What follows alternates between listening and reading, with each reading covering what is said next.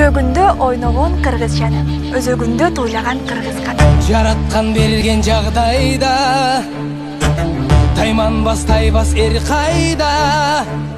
Жүрөгү батыр туусун тутар, мүрөгү жалтыр суусун жутар, жан кайда.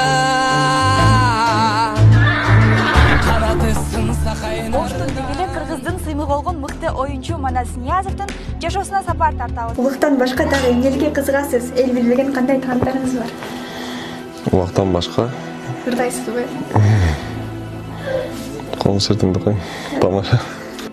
Мен жеткиче ушундай кыйналып кеткенмин. 4 саатта жеткенмин ушуну алганда. Анан улакка жетип барып туруп эле ыйлап жүргөм да. Улагам чаппайм, атам минбейм. Анан кайтканда да минип кетип аттычы.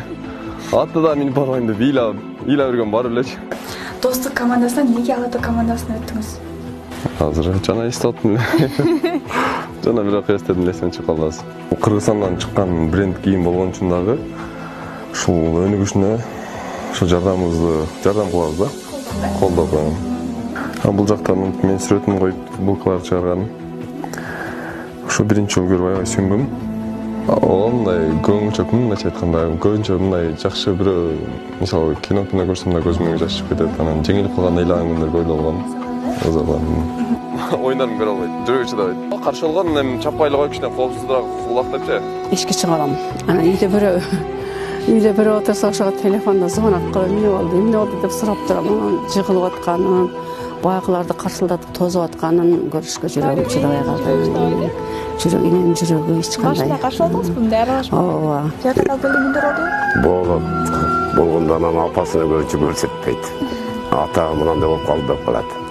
Эми эл экен да. Энеси жүрөгү ооруп, башка ооруп.